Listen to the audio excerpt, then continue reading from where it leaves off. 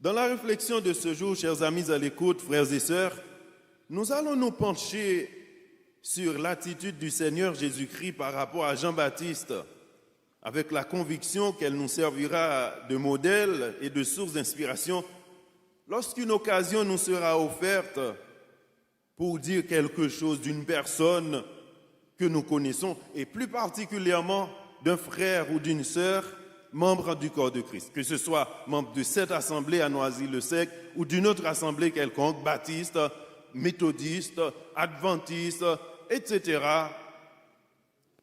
pour savoir comment nous exprimer quand l'occasion nous sera offerte de dire quelque chose d'un membre de l'Église du Seigneur. Je vous invite à lire avec moi un texte que nous trouvons dans l'Évangile selon saint Matthieu au chapitre 11, les versets 1 à 15. On va le lire rapidement afin que nous puissions avoir suffisamment de temps pour le développement. Et je vous invite de noter également le psaume 15, les versets 1 à 4. Si vous prenez note, je vous le redis. Matthieu chapitre 11, versets 1 à 15. Le psaume 15, versets 1 à 4. Et il y a d'autres textes parallèles, mais nous les verrons au fur et à mesure du développement de ce message. D'abord, Matthieu chapitre 11. Je vous le lis, mais ça ne me dérangera pas si notre bien-aimé pasteur Régis nous ferait l'honneur de nous le lire. Matthieu chapitre 11, les versets 1 à 15. Je vous cède la place, pasteur. Mettez-vous debout pour la lecture.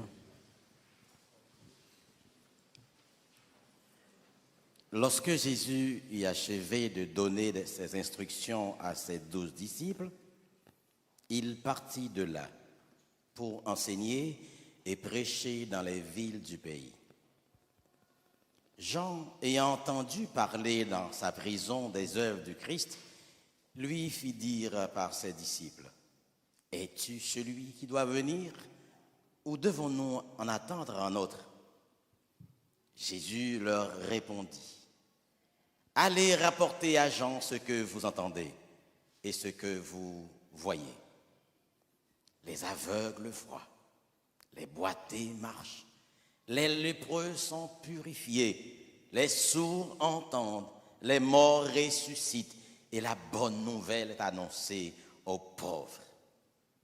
Heureux celui pour qui ne serait pas une occasion de chute. » Comme il s'en allait, Jésus s'est mis à dire à la foule au sujet de Jean, « Qu'êtes-vous allé voir au désert?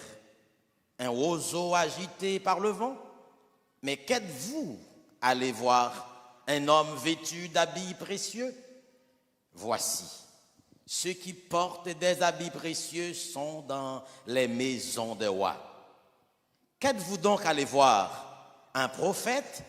Oui, vous dis-je, et plus qu'un prophète. Amen. Car celui dont il est écrit, voici, j'envoie mon messager devant ta face pour préparer ton chemin devant toi. Je vous le dis en vérité, parmi ceux qui sont nés des femmes, il n'en a point paru de plus grand que Jean-Baptiste. Cependant, le plus petit dans le royaume des cieux est plus grand que lui. Depuis le temps de Jean-Baptiste jusqu'à maintenant, le royaume des cieux est forcé. Et ce sont les violents qui s'en emparent. Car tous les prophètes et les lois et la loi ont prophétisé jusqu'à Jean. Et si vous voulez comprendre, c'est lui qui est l'Élie, qui devait venir. Amen. Amen. Amen. Merci beaucoup, pasteur. Merci, Église du Seigneur. Asseyez-vous. Amen.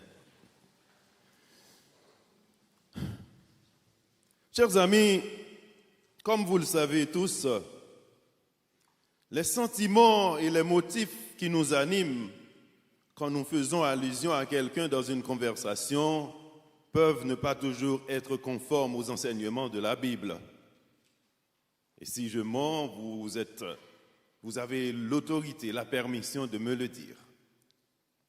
À chaque fois qu'on doit parler d'une personne, nos motivations, nos motifs ne sont pas toujours basés sur la parole de Dieu. C'est la raison pour laquelle il nous est demandé d'avoir les sentiments qui étaient en Jésus-Christ, dans Philippiens chapitre 2. Et aussi, toujours dans Philippiens, le chapitre 4, la parole de Dieu nous dit que tout ce qui est vrai, tout ce qui est honorable, tout ce qui est juste, tout ce qui est pur, tout ce qui est aimable, ce qui mérite l'approbation, ce qui est vertueux et digne de louange, soit l'objet de nos pensées. Philippiens 4, verset 8, un verset que nous connaissons presque tous par cœur, non? On le connaît par cœur, Philippiens 4, 8.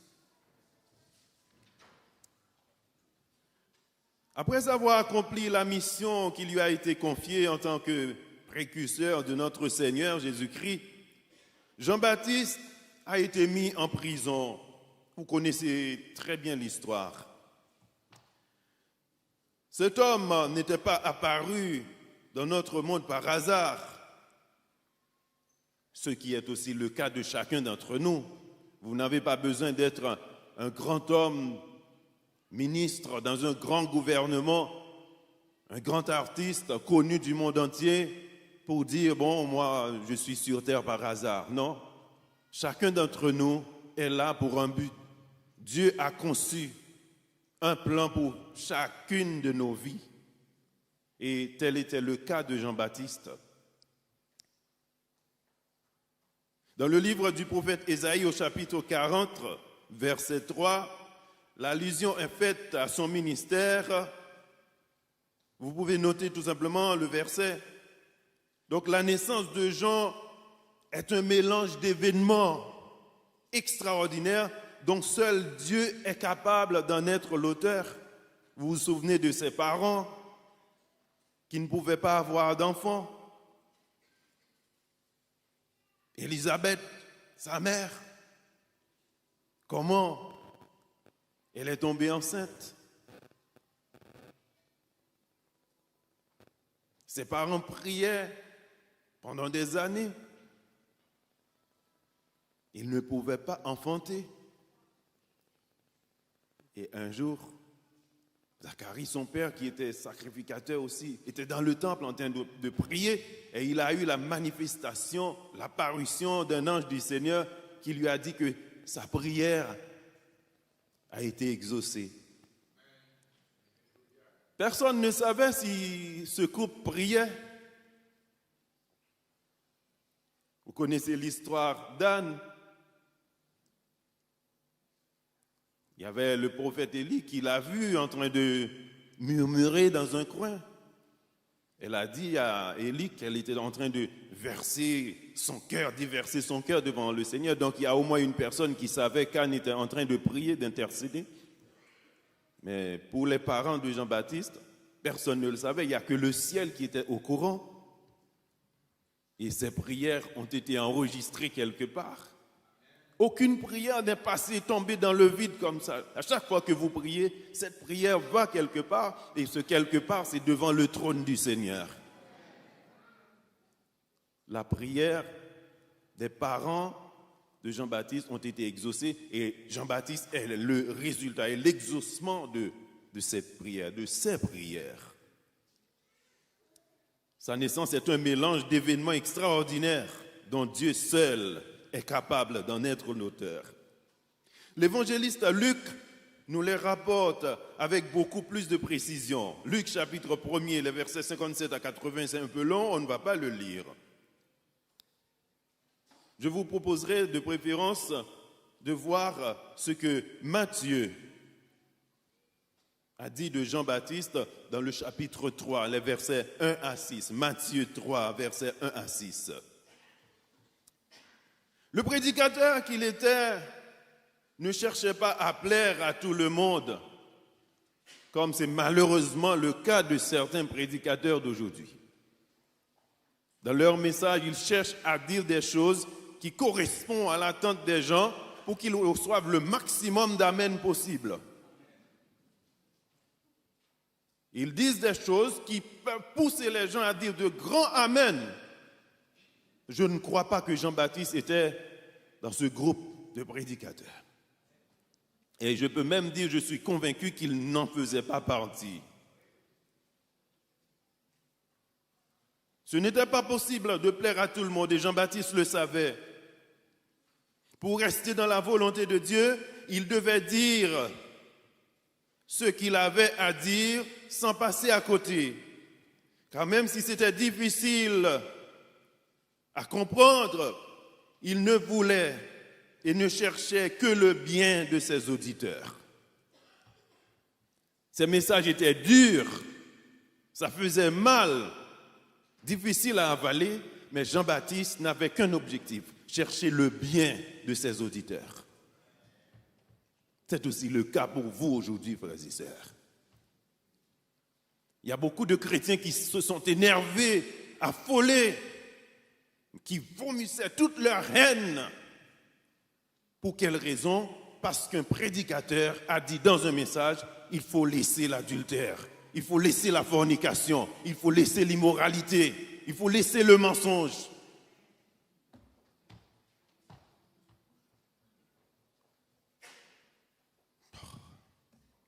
C'est pour votre bien, même si ça me fait mal. Aujourd'hui, vous avez peut-être du mal à le comprendre. Mais dans l'éternité, lorsque d'un côté du ciel, vous entendrez les cris des gens gémissant dans l'enfer, rongés par les vers, et cette flamme éternelle qui ne s'éteindra jamais, vous comprendrez enfin que le pasteur Kastner, le pasteur Régis, le pasteur Jean-Étienne n'étaient pas en train de vous faire du mal.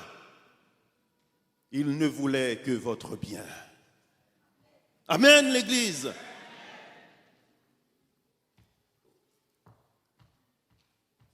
Après un message, au lieu de se mettre à genoux pour dire « Seigneur, que ta volonté soit faite dans ma vie, aide-moi à abandonner le péché, aide-moi à m'habiller plus pudiquement quand je viens à l'église. »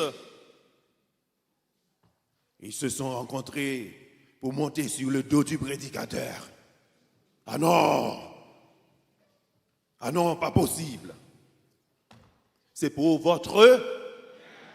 Encore l'église, c'est pour votre... La jeunesse de l'église, c'est pour votre... On ne peut pas plaire à tout le monde. Dans une prédication, Jean-Baptiste le savait et ce n'était pas sa priorité. Les paroles qui produisent des changements radicaux et profonds ne sont pas toujours celles qui nous font rire ou sourire. Écoutez comment Jean-Baptiste s'adressait aux personnes qui venaient l'écouter, toujours dans le livre de Matthieu, à partir du 7e verset. La Bible nous dit... Mais, voyant venir à son baptême beaucoup de pharisiens et de sadducéens, il leur dit, race de vipères. Amen. Race de vipères. Qui vous a appris à fuir la colère à venir? Produisez donc du fruit digne de la repentance et ne prétendez pas dire en vous-même, nous avons Abraham pour père, car je vous déclare que c'est pierres-ci, Dieu peut susciter des enfants à Abraham de ces pierres. Déjà la cognée est mise à la racine des arbres. Tout arbre donc qui ne produit pas de bons fruits sera coupé et jeté au feu. Amen. Quelle métaphore! Wow! Belle image! Belle parabole! Déjà la cognée, en Haïti on appelle ça hache, la hache. La hache c'est une pièce de métal coupante et puis il y a un manche qu'on met là-dedans, qu'on utilise pour couper les arbres. Jean-Baptiste a dit que la cognée est déjà à la racine, là, prête à couper. Il avait dit c'est le jugement de Dieu. Le grand juge est à la porte. Ses serviteurs sont déjà prêts pour la moisson. La cognée est déjà dans la racine pour couper l'arbre. Ceux qui portent du fruit recevront la récompense éternelle, leur couronne de gloire qui les attend. Quant à ceux qui ne portent pas de fruits, leur destination, leur sort final, c'est quoi? Couper, jeter au feu. Il y a beaucoup de gens qui ne veulent plus entendre parler d'enfer, de la géhenne. Ils disent que Dieu est trop bon, Dieu est trop gentil. Non, l'enfer ne peut pas exister. Eh bien, c'est écrit dans la Bible. Il y a une fournaise de feu, de flamme éternelle qui est préparée pour ceux qui refusent d'accepter l'évangile. L'amour de Jean-Baptiste pour la vérité, pour la justice, la droiture, vont lui poser beaucoup de problèmes jusqu'à le conduire en prison.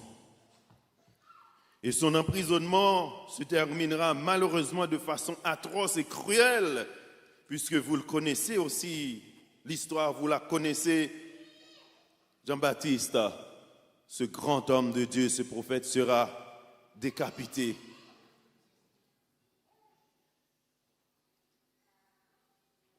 Il sera décapité.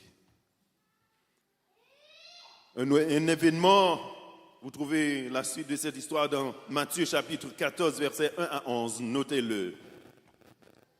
Un événement qui nous montre que la dureté et la méchanceté du cœur humain ne datent pas d'aujourd'hui. L'homme qui n'est pas né de nouveau, l'homme irrégénéré, est capable de tout et de la pire des choses. Il n'y a que l'évangile qui transforme les cœurs, qui donne l'amour du beau, du bon. C'est pour ça qu'il ne faut pas nous fatiguer d'annoncer cette bonne nouvelle au monde entier. Confirmation divine de la personne du Messie. Le jour du baptême de Jésus-Christ, Dieu le Père a lui-même pris la parole, comme s'il voulait dire à Jean-Baptiste qu'il ne s'était pas trompé. Il avait effectivement affaire avec le Messie annoncé dans l'Ancien Testament, Jésus, le Fils de Dieu. Dans Matthieu chapitre 3, les versets 13 à 17, « Alors Jésus vint de la Galilée au Jourdain vers Jean pour être baptisé par lui. Mais Jean s'y opposait en disant, « C'est moi qui ai besoin d'être baptisé par toi et tu viens à moi. » Jésus lui répondit, laisse faire maintenant, car il est convenable que nous accomplissions ainsi ce qui est juste. Et Jean ne lui résista plus. Amen. Quand le Seigneur parle, nous n'avons qu'à lui obéir. Jean ne lui... Comparez la réaction de Jean avec celle de Pierre. Il a fait la tête quand Jésus voulait lui laver les pieds. Il a fait la tête. Jusqu'à ce que Jésus lui a dit, ah ben, si je ne te lave pas les pieds, Pierre, tu n'as plus affaire avec moi. Ah!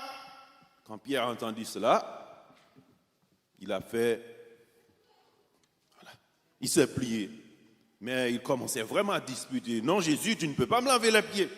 Jean-Baptiste n'a pas résisté. Quand Jésus lui a dit, il faut laisser faire, il a accepté de baptiser son sauveur. Il a accepté. Il s'est plié.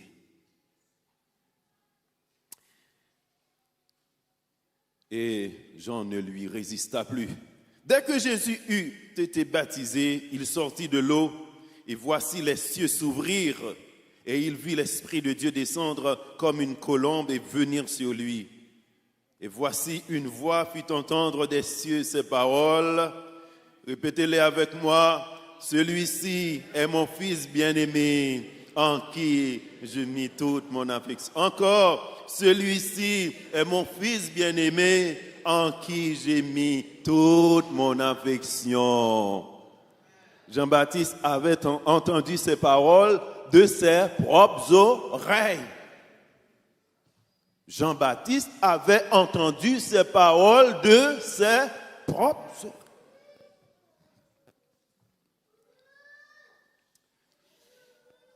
Voyons les questionnements de ce grand homme de Dieu, Jean-Baptiste.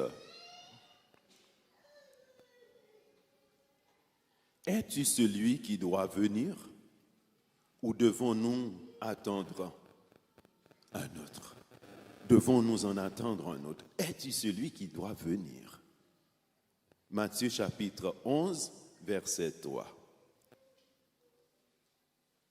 Cette question venait de la bouche de celui qui a été envoyé pour préparer le chemin du Seigneur, celui qui a eu l'honneur de baptiser le Seigneur lui-même et qui a entendu le Père de son ciel dire que celui-ci est mon Fils bien-aimé. Il a même vu le Saint-Esprit descendre sous la forme d'une colombe, se reposer encore sur Jésus le Messie. Et voilà Jean-Baptiste qui, dans sa prison, la Bible ne nous dit rien de sa situation morale, ni de sa situation spirituelle. Qu'est-ce qui l'a poussé? Il a envoyé ses disciples auprès de Jésus, lui posant cette question: es-tu celui qui doit venir? Quelqu'un peut se dire, mais est-ce vraiment lui, Jean le baptiseur, qui en est arrivé jusque-là, ou qui est tombé si bas? N'est-ce pas celui qui tout récemment annonçait et préparait sa venue en invitant ses auditeurs à se faire baptiser en vue du pardon de leurs péchés? Est-ce lui, ce Jean-Baptiste? Pas possible. On peut se le dire. N'avait-il pas lui-même refusé de le baptiser en déclarant ne pas être digne de défaire même les courroies de ses sandales? Qu'est-ce qui s'est passé alors? Qu'est-il arrivé à Jean-Baptiste? Frères et sœurs, écoutez. Notre sœur vient de témoigner là, la sœur du pasteur. J'allais dire la sœur du pasteur. C'est ce que j'ai entendu. C'est bien ta sœur. Bon, voilà. Vous êtes toutes sa sœur. Vous êtes tous ses frères. Amen. J'aime bien, pasteur. Ah, c'est magnifique. Et je lisais hier un texte qui parle de la relation de l'apôtre Paul avec ses collaborateurs. Et à aucun moment, il y a des exceptions, tu n'entends l'apôtre Paul parler d'une personne en citant son prénom directement. Il disait toujours Timothée mon frère, Timothée mon fils, Phébé ma sœur, notre sœur. Aujourd'hui, il semble que l'Église commence à perdre la pratique. Et l'un des outils que le diable utilise, j'ai écrit un petit truc là-dessus hier, c'est quelques réseaux sociaux. Un ancien professeur d'école de votre classe vous publie un petit commentaire sur votre profil pour lui répondre. Le réseau te dit de commencer par son prénom. Jacques. Alors si c'était à vous de choisir, vous commenceriez par « Bonjour monsieur, je suis… » Il te dit directement de lui dire « Paul ». Et puis vous continuez avec votre phrase. L'impolitesse s'installe de façon vraiment officielle sur ce réseau. À chaque fois que vous aurez à répondre à quelqu'un dans un commentaire, regardez bien s'il n'écrit pas d'abord le nom de la personne sans même vous laisser le temps de choisir ce que vous voulez dire. J'ai vu quelques-uns de mes anciens élèves de classe. Ce n'est pas de l'arrogance. Moi, j'ai été élevé dans une famille où on nous a appris la courtoisie, la politesse. Jamais je m'adresserai à mon professeur en disant « Willy ». Non. je m'adresserai à lui en tant que mon professeur. Jamais je ne m'adresserai à l'un de ses pasteurs en disant « Étienne, Kastner, Régis, si vous m'entendez dire, utiliser ce langage, il y a quelque chose de bizarre qui s'est passé. Ce n'est pas normal. » L'apôtre Paul, c'était un homme courtois, poli, respectueux. Et ces valeurs doivent nous attirer en tant que chrétiens. Ça peut vous surprendre pour quelle raison? Parce que nous subissons dans les temps, au fil des années, des influences et parfois nous sommes perdus par rapport aux valeurs que nos parents nous ont éduquées, nous ont enseignées. Donc c'est important de revenir des fois à la base. Je me souviens la première fois où j'ai commencé à prendre des cours de théologie, j'utilisais le mot pasteur devant le nom d'une personne. Ma tutrice m'a dit, non, ici on ne dit pas pasteur un tel. Il faut utiliser le prénom de la personne directement. Je me suis dit, bon, ok. C'était une petite parenthèse. Chers amis, ces valeurs, il ne faut surtout pas les perdre. Amen, l'Église? Ces valeurs, il ne faut surtout pas perdre.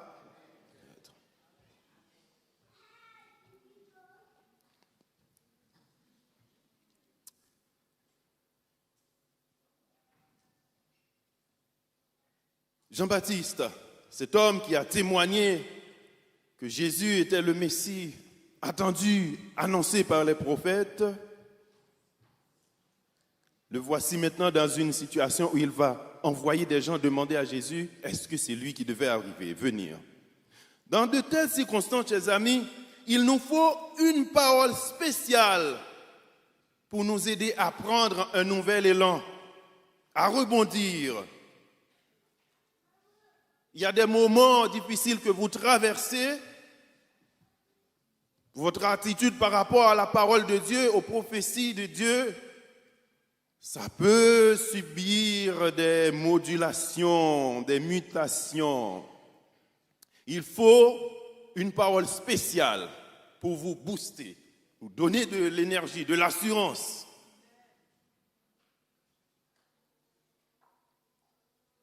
Beaucoup d'entre nous en ont fait l'expérience dans les épreuves.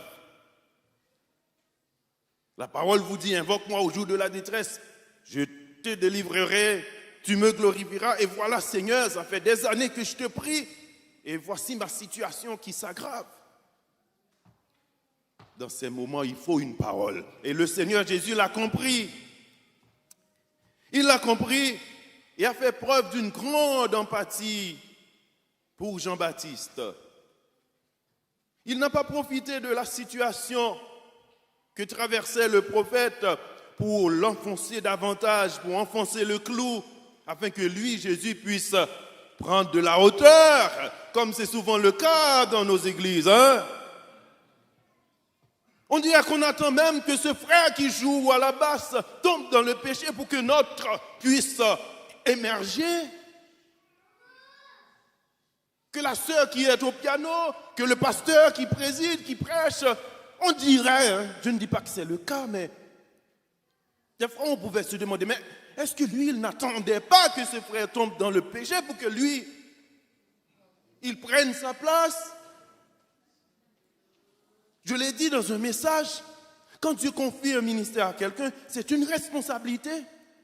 Il aura un jour à rendre compte pour cette responsabilité. Votre tour viendra, il faut attendre. Mais laissez l'autre dans le ministère que Dieu l'a confié. Arrêtez vos crises de jalousie.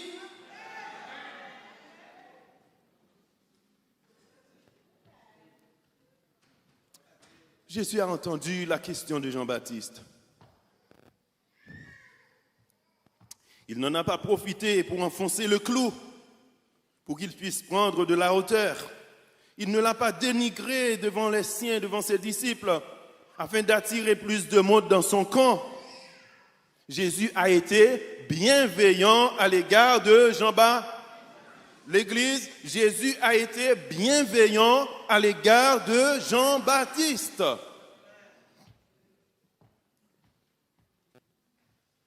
Chacun d'entre nous peut commettre une erreur, j'allais dire une petite erreur. Mais il semble que les erreurs ne sont jamais petites.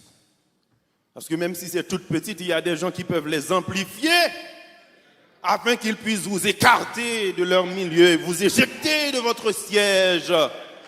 Quelque chose qu'on devrait corriger, régler rapidement dans la famille. Un petit linge qui devait, juste un petit morceau de savon et on lave le linge, voilà, on n'a même pas besoin de le mettre dans la machine. Mais il y en a beaucoup qui font de cette petite tâche une grande tâche. C'est comme si tout le vêtement, toute la chemise devait être jetée dans une machine. Et cette petite faute qu'on devrait pardonner, oublier, ça devient toute une histoire. Des livres sont écrits pour juste une petite erreur qu'on devrait corriger entre frères, entre sœurs. Et voilà, la sœur quitte l'assemblée, elle va ailleurs. Ce frère quitte l'assemblée et il ne va pas dans une autre église, s'il vous plaît. Il est tombé dans le péché du fait que l'église avait refusé de lui pardonner cette petite faute, cette erreur. Jésus a été bienveillant. Je ne vous dis pas d'accepter tout comme si, même si la personne vit dans le péché, fait comme si non, c'est pas ce que je veux vous dire. D'ailleurs, la Bible nous dit, si votre frère a péché, qu'est-ce qu'il faut faire? Chasser-le? Chasser-le? Non, si votre frère a péché, reprends-le. S'il vous écoute, vous avez gagné votre frère. S'il ne vous écoute pas, prenez une autre personne avec vous. Et s'il ne vous écoute pas, vous les deux, eh bien, dites-le à l'église. Des fois, nous coupons fâchés avec un frère, avec une soeur, sans même nous pas le dire, il te dit un bagage qui t'a blessé, nous. Nous pas même qui courage pour nous dire, il te dit un bagage pour blesser nous. Mais nous, voilà, nous qui t'en voyons le jeter, tant qu'on paquet de rats sales. Combien de fois vous l'avez vu pour lui dire, mon frère, tu m'as blessé. Mon frère, tu as dit quelque chose, ce n'était pas vrai ce que tu as dit. Il faut rectifier devant. Vous n'avez pas eu le courage de le faire. Mais en ce qui concerne le chasser, le pourchasser, ça, vous êtes doués. Nous sommes doués dans la chasse des frères et des sœurs. Que Dieu nous fasse grâce, l'Église. Que Dieu nous fasse grâce, l'Église. Le Seigneur Jésus a été bienveillant envers Jean-Baptiste. Il a fait preuve d'une grande humanité, mais je laisse tomber ça pour l'instant. Voyons l'humilité de Jean-Baptiste de préférence. Laissez apparaître ses doutes, ses incertitudes aux yeux de ses propres disciples qui ont reçu ses enseignements au sujet du Messie. Humainement parlant, l'Église, ce n'est pas quelque chose d'honorable, non?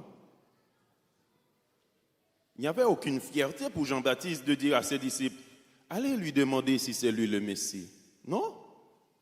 C'est un peu rabaissant quand même.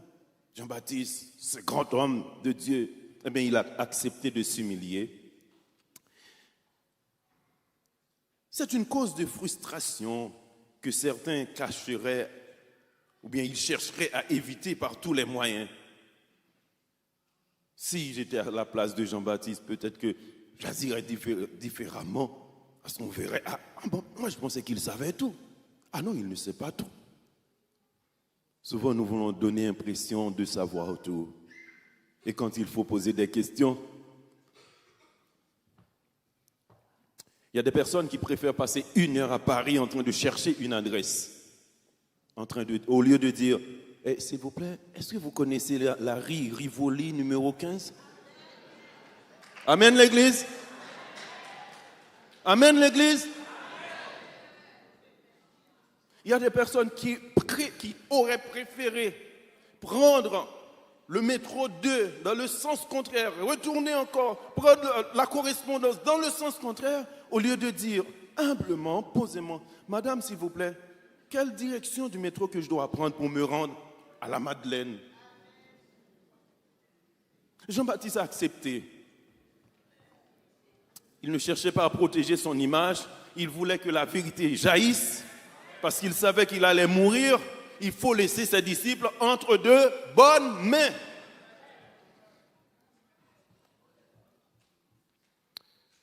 le moi aurait toujours préféré faire semblant de tout savoir ou tout simplement se réfugier dans le silence. La démarche de Jean avait sans doute pour but de rassurer davantage ceux de ses disciples qui voulaient eux aussi aller à la suite de Jésus en voyant les miracles, les prodiges qu'il faisait et surtout en écoutant ses enseignements. Puisqu'on nous dit que jamais homme n'a parlé comme Jésus. Ça veut dire même Jean-Baptiste, avec tous ses discours, n'a jamais pu atteindre le niveau de Jésus-Christ. Parce que c'était un homme. Donc il a accepté de s'humilier pour laisser ses disciples aller à la suite du Messie. Dans l'évangile de Jean au chapitre 3, le 25e verset, du 25e au 36e verset, nous avons un aperçu de ce que le prophète Jean-Baptiste transmettait aux siens concernant Jésus-Christ. Et dans cet épisode, il a préféré les envoyer à la source pour trouver de plus sûres réponses au lieu de les laisser dans le doute. Et le point culminant des enseignements de Jean-Baptiste est cette phrase qui a traversé le temps et qui continuera encore à le faire. C'est cette phrase qu'il a prononcée par rapport au ministère de Jésus-Christ en disant, quand il a constaté, les gens ont constaté la popularité de Jésus et que certains de ses disciples, des disciples de Jean-Baptiste, commençaient aussi à aller à la suite de Jésus, Jean-Baptiste a dit ce qui suit. Il faut qu'il, et que il faut que Jésus croisse et que moi, Jean-Baptiste, Quelle humilité, frères et sœurs. Quelle humilité. Il faut qu'il croisse et que je diminue. Jean-Baptiste a dit ça de sa propre bouche. La bienveillance, l'empathie, bref, l'amour en action. Es-tu celui qui doit venir ou devons-nous en attendre un autre? Dès le jour de son baptême, depuis son ciel, Dieu le Père s'est manifesté personnellement comme pour donner une recommandation spéciale à son Fils unique envoyé dans ce monde en vue du salut des hommes. Si Jésus était un simple homme qui cherchait à assurer sa popularité, se faire apprécier et gagner du terrain de façon charnelle, il se servirait de cette question de Jean-Baptiste comme une vraie manne, une aubaine. Ce serait une occasion rare d'écarter définitivement l'homme qui aurait risqué de lui faire de l'ombre. Jean-Baptiste. Oui, il y avait un risque de faire de l'ombre au ministère de Jésus-Christ. Jean-Baptiste aussi avait du monde derrière lui. Le sachant, Jésus pouvait utiliser ce que je pouvais appeler comme une petite faiblesse chez Jean-Baptiste pour l'écarter définitivement de la scène. Pour ternir son témoignage, son image. Mais Jésus n'était pas un simple homme, c'était Dieu, le Fils de Dieu. Emmanuel, Dieu avec nous.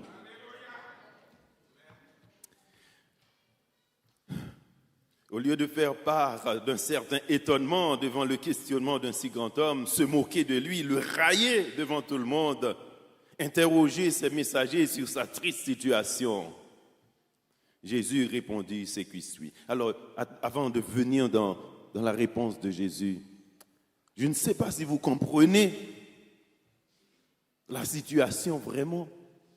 Essayez à chaque fois de vous mettre soit à la place de Jean-Baptiste ou à la place de Jésus.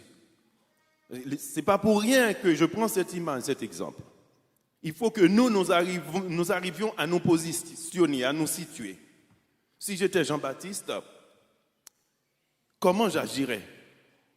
Si j'étais Jésus, qu'est-ce que je ferais? Et aujourd'hui, vous êtes des Jean-Baptiste. Aujourd'hui, vous êtes des Jésus ou bien des chrétiens. C'est l'image, hein? Faisons de cette histoire une sorte de parabole pour nous dire, ok, moi je suis Jean-Baptiste dans cette histoire. Comment je me comporterais quand je commets une erreur, quand j'ai une lacune, quand je sens qu'il y a des choses que je ne comprends pas? Comment je me comporte? Ou bien, comment je me comporte quand un de mes frères, quand j'ai appris que l'une de mes sœurs a fait une erreur, a commis une faute? Comment je me comporte quand je dois parler de lui? C'est ça le but du message. Ce n'est pas l'histoire de Jean-Baptiste que je veux vous permettre de mieux comprendre. Non. C'est qu'est-ce que je ferais si je me trouverais dans une situation comme Jean-Baptiste ou bien comme Jésus, où je dois me positionner, où je dois donner mon avis sur un frère ou sur une sœur. Parce que n'oubliez pas, le but c'est de vous montrer le danger de la calomnie et de la médisance et le bon côté de la bienveillance surtout. Le bon côté de la bienveillance par rapport à nos frères et sœurs. Allez dire à Jean-Baptiste ce que vous avez entendu, ce que vous entendez, ce que vous voyez. Les aveugles voient, les boiteux marchent, les lépreux sont purifiés, les sourds entendent, les morts ressuscitent et la bonne nouvelle est annoncée aux pauvres. Heureux celui pour qui je ne serai pas une occasion de chute. Amen. S'il y a une personne qui devrait s'interroger de la décadence, entre les guillemets, parce que la Bible ne nous en parle pas, non, mais s'il y a quelqu'un qui devrait s'interroger, mais c'est pas ce Jean-Baptiste dont parlait le prophète Isaïe. C'est pas lui qui a annoncé que je suis le Messie, l'envoyé du Père. Pourquoi il est arrivé à ce niveau-là? Et le jugement commence. Les blâmes commencent à tomber comme une pluie battante. Combien de fois n'avons-nous pas agi de cette façon? En apprenant que petite madame était là dans des sacrifices. Ah, m'te ouais ça pour lui, m'te ouais lui. Eh bien, c'est bien fait pour lui. Me songer, ou pas songer ça le fait mon lin. Ah, Église de Dieu. On dirait que des fois nous attendons même à ce que des choses graves ou bien lamentables arrivent à nos frères et sœurs pour que nous puissions. Aïe! Si tout le temps, petit frère n'a pas tombé dans le péché, parce qu'il n'y a pas de gens au moi-même. Donc, pour que je paraisse à la lumière, il faut qu'un frère, qu'une sœur tombe dans le péché. Cette pensée, cette façon de croire, de voir les choses, c'est diabolique, c'est satanique. L'amour ne cherche pas le mal des autres. L'amour cherche le bien, l'amour veut le bien des autres. Si vous voyez que vous attendez à ce que je tombe dans le péché pour qu'une autre personne vienne prêcher ici, cette pensée vient du diable. C'est satanique. On dirait que Jésus attendait ce moment pour apaiser l'esprit troublé de cet humble serviteur actuellement en prison. Lui qui l'a si fidèlement servi jusqu'à exposer sa vie en proclamant la vérité. Jésus ne pouvait pas être plus bienveillant envers Jean en lui envoyant cette note rassurante, sans blâme ni reproche, ni jugement. Ce qui, frères et sœurs et amis, pour beaucoup d'entre nous, est un exercice extrêmement difficile. Cet exercice est pourtant réalisé par notre Seigneur avec une remarquable aisance. La réponse demandée par Jean-Baptiste lui fut envoyée sans rajout ni complément. Amen. La réponse a été envoyée à Jean-Baptiste sans rajout ni complément. Mais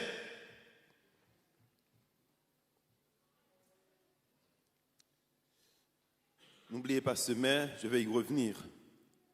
Cela devait faire beaucoup de bien à Jean-Baptiste de se voir traité avec une telle bonté. Il était sans doute un peu embarrassé de faire part de son incertitude au Seigneur. Ah oui, mais comment il va me voir? Est-ce qu'il me jugerait encore digne d'avoir accompli cette tâche, cette mission? Mettre en doute sa personnalité, lui demander s'il est vraiment... C'était embarrassant pour Jean-Baptiste. Il était un homme comme nous. Amen. Amen, l'Église. C'était embarrassant pour Jean-Baptiste. Mais il l'a fait. Amen. Il l'a fait. Ce sacrifice de son moi lui rapportait gros. Qu'est-ce qu'il a tiré comme avantage? La paix du cœur, la sérénité et aussi plus d'assurance pour ses disciples qui iront partir à la suite de Jésus, le Messie, le Fils du Dieu vivant. Amen. Les rajouts cachent souvent des choses. Dites ça avec moi. Les rajouts cachent souvent des choses. Une dernière fois, les rajouts cachent souvent des choses. La Bible nous dit dans Matthieu chapitre 5, verset 37, que votre parole soit oui, oui, non, non. Ce qu'on y ajoute vient du mal ou bien du diable. Amen. Que votre oui soit oui, non, non. Sinon, si vous ajoutez quelque chose, le reste vient du malin. Quand un micro nous est tendu pour donner notre avis sur une situation et surtout sur une personne, sommes-nous toujours conscients du danger que cela peut présenter? Nous souvenons-nous que nous encourons aussi le risque d'être au service de Satan, du diable avec notre langue? Sommes-nous toujours conscients que notre langue peut être aussi un outil entre les mains de Satan? Ah, il nous tellement aimait parler, moi-même tout. Nous tellement aimait parler pourtant.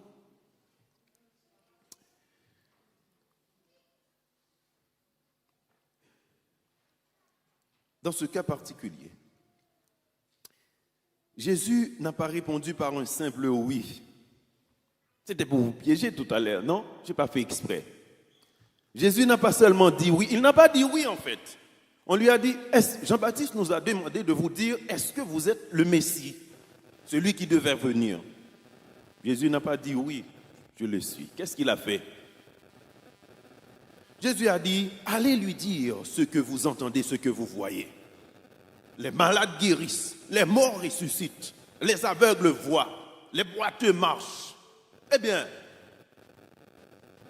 qui d'autre peut faire ces choses? Hein? Donc, sauf Jésus, eh bien, vous qui avez fait, je ne sais pas, la philosophie, le stylogisme, c'est ça, les professeurs de français là. Donc, merci. Et puis voilà, vous arrivez à la réponse. Mais si vous voyez des miracles, des résurrections, des guérisons, des délivrances, donc, vous êtes en présence de qui? L'Église, vous êtes en présence de qui? Eh bien, la réponse est claire. C'est la réponse, hein? Des fois, il y a des questions que quelqu'un vous pose. La réponse ne doit pas être un simple oui. C'est une pêche qui vous est tendue pour annoncer l'évangile. Mais nous sommes tellement pressés. Et puis, des fois, nous ne sommes pas branchés dans la parole. Nous ne savons pas ce qu'il faut dire. Le fait de ne pas nous asseoir toujours sur la parole. Mais il y a des petites questions qui peuvent aboutir à de belles choses, de belles discussions. Il faut que nous restions devant le Seigneur pour qu'il nous montre ces belles occasions. Une précision d'une grande importance. Lorsque les envoyés de Jean furent partis, suivez ça bien, c'est la fin du message. Lorsque les envoyés de Jean furent partis, Jésus se mit à dire à la foule au sujet de Jean, « Qu'êtes-vous allé voir dans le désert? Un roseau agité par le vent ?» Et je continue. Il est bien plus facile, chers amis, de dire de bonnes choses d'une personne en sa présence, en présence de celle des membres de sa famille ou de ses amis. On n'a pas de grands efforts à faire pour trouver de belles choses à dire de ces personnes-là quand on nous interroge sur leur vie, leur expérience. Mais les choses se compliquent quand ceux qui le connaissent sont partis, ses proches, ses amis, ses camarades, les membres de sa famille, quand ils sont partis et que nous sommes en présence d'étrangers, de personnes qui ne le connaissent pas trop. Et là, la parole se libère et pas toujours dans le bon sens. Étant donné qu'il n'y a personne qui le connaisse, nous en profitons pour dire des fois des choses irréelles de la personne, en oubliant qu'il y a quelqu'un qui le connaisse bien et qui nous regarde, qui entend tout ce que nous disons de lui.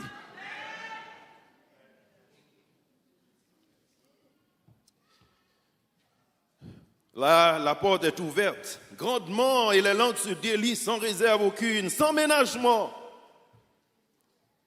Et toutefois, ne pensons pas qu'il s'agit d'une fatalité. Jésus nous en a donné l'exemple. C'est notre modèle sur lequel il faut toujours copier. Regardons ensemble en quels termes il parla de Jean-Baptiste. Nous l'avons déjà lu. Lorsque les envoyés de Jean furent partis, Jésus se mit à leur dire: qu'êtes-vous allés voir au désert? Un roseau agité par le vent. Mais qu'êtes-vous allés voir? J'aime bien Jésus. Je ne sais pas, j'allais dire, il est marrant des fois. Jésus est humain. Il est divin, mais il est aussi humain. Quand vous lisez sa façon de s'adresser aux gens, qu'êtes-vous allés voir? Je saute cette partie pour vous dire, oui, vous dis-je, plus qu'un prophète. C'est celui dont il est écrit, voici, j'envoie mon messager devant ta face pour préparer ton chemin. Je vous dis, parmi ceux qui sont nés de femmes, il n'y en a point de plus grand que Jean. Cependant, le plus petit dans le royaume de Dieu est plus grand que lui. Pour conclure, 3 minutes max. Je vous demande votre attention maintenant, l'Église. Nous rendons-nous sans doute compte que chacun d'entre nous est en partie responsable de la réputation de son frère ou de sa sœur? Chacun d'entre nous, membres de l'Église, nous sommes responsables en partie de la réputation, de l'image de notre frère ou de notre sœur. La raison est qu'il y a des gens qui ne les connaissent pas et qui un jour s'adresseront à nous pour demander quelque chose à leur sujet. L'image qu'ils garderont dans leur esprit ne se modifiera pas tant qu'ils ne trouvent pas quelqu'un d'autre qui leur donnera une information beaucoup plus sûre encore. Donc, la prochaine fois où vous aurez à parler d'un frère, à parler d'une sœur, à parler de votre pasteur, à parler d'un membre de la chorale, du groupe, un membre de l'équipe audio-vidéo, demandez au Saint-Esprit la sagesse. Demandez au Saint-Esprit la sagesse, l'amour, l'humanité, l'empathie pour le faire, non pour saboter son image, son travail, mais pour aider les autres à avoir une meilleure image de lui. Il reste un humain, elle reste un être humain, mais n'oubliez pas, c'est un membre de l'Église, du corps de Christ. Que le Seigneur vous bénisse.